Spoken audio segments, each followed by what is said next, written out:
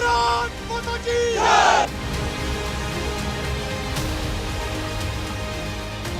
We have never accepted the so-called China-Pakistan boundary agreement of 1963, through which Pakistan unlawfully attempted to cede the area to China, and have consistently conveyed our rejection of the same. We have registered a protest with the Chinese side against illegal attempts to alter facts on the ground. We further reserve the right to take necessary measures to safeguard our interests.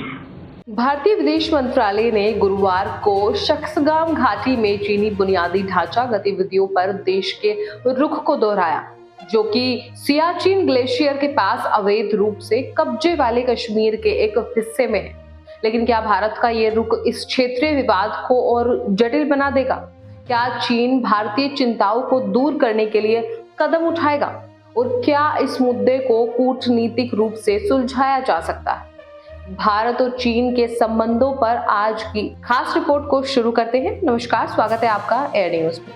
एक press conference के दौरान विदेश मंत्रालय के प्रवक्ता रणजीत जायसवाल ने कहा कि भारत शख्सगाम घाटी को हमारा क्षेत्र मानता है और देश ने 1976 के तथाकथित चीन पाकिस्तान सीमा समझौते को कभी स्वीकार नहीं किया है, जिसके माध्यम से पाकिस्तान ने इस क्षेत्र को चीन को गैर कानूनी रूप से देने का प्रयास किया था। जायसवाल ने कहा, मैंने लगातार इसी को हमारी अस्वीकृत से अवगत कराया है। जमीन पर तथ्यों को बदलने के अवैध प्रयासों के विरुद्ध हमने चीनी पक्ष के साथ अपना विरोध दर्ज कराया है। हम आगे अपने हितों की रक्षा के लिए आवश्यक कदम उठाने का अधिकार सुरक्षित रखते हैं।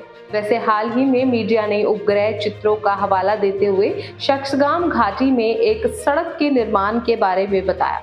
तस्वीरें यूरोपीय अंतरिक्ष एजेंसी द्वारा ली गई थी। हालांकि चीन द्वारा बुनियादी ढांचा विकास के भारत के लिए सुरक्षा निहितार्थ हो सकते हैं, क्योंकि यह एक रणनीतिक रूप से महत्वपूर्ण क्षेत्र है जो पाकिस्तान के कब्जे वाले कश्मीर यानी कि पीओके का हिस्सा है।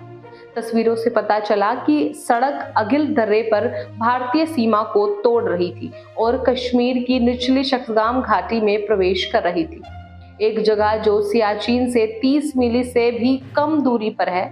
खबरों के मुताबिक निर्माण कार्य इस महीने फिर से शुरू हुआ, जो सियाचिन ग्लेशियर के उत्तरी क्षेत्रों की ओर बढ़ा। अगिल दर्रे के पास भी चीनी सड़क को देखा गया। शख्सगाम घाटी लगभग 5180 वर्ग किलोमीटर का एक क्षेत्र है जो काराकोरम पर्वत श्रृंखला में स्थित है।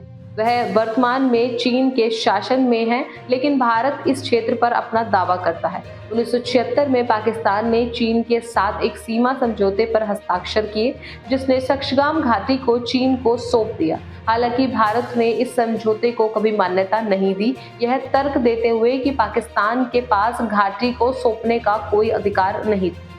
हाल के वर्षों में चीन ने शख्सगाम घाटी में बुनियादी ढांचे का विकास किया है, जिसमें सड़क निर्माण और सैन्य प्रतिष्ठानों का निर्माण शामिल है। इन गतिविधियों ने भारत की सुरक्षा चिंताओं को बढ़ा दिया है, क्योंकि वे चीन को सियाचिन ग्लेशियर तक आसानी से पहुंच प्रदान कर सकती है।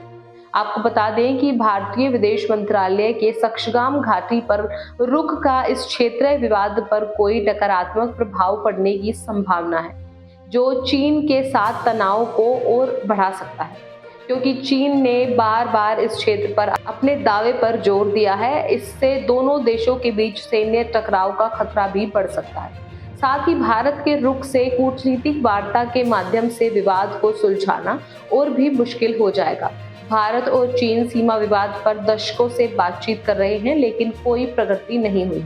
भारत के इस रुख से चीन के साथ बातचीत के दरवाजे बंद होने की संभावना है। वैसे भारत और चीन के बीच तनाव का पूरे क्षेत्र पर नकारात्मक प्रभाव पड़ सकता है। भारत और चीन एशिया में दो सबसे शक्तिशाली देश हैं और उनके बीच तनाव पूरे क्षेत्र को अस्थिर कर सकता है।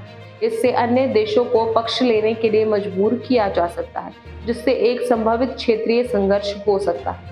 तो इस तरह हमने देखा कि भारतीय विदेश मंत्रालय ने शख्सगाम घाटी में चीनी बुनियादी ढांचे की गतिविधियों पर भारत के रुख को दोहराया है।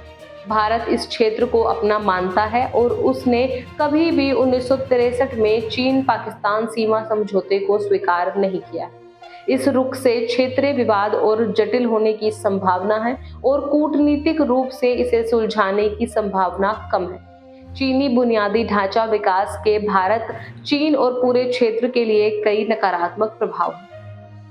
फिलहाल इस रिपोर्ट में बस इतना ही। इस मुद्दे से जुड़े कोई भी सवाल या अपने विचार आप हमें हमारे कमेंट में लिख सकते हैं और इस तरह की देश और दुनिया की तमाम खबरों के लिए चैनल को सब्सक्राइब करके बेल आइकन को दबाना ना भूलें, ताकि आने वाले समय में आपको हमारी महत्वपूर्ण वीडियो की नोटिफिकेशन समय से प्राप्त हो सके। फिलहाल मैं तनु शर्मा आपसे विदा लेती हूँ, फिर मिलती हूँ एक नई अपडेट के साथ। तब तक के लिए आप देखते रहिए न्यूज़। नमस्कार।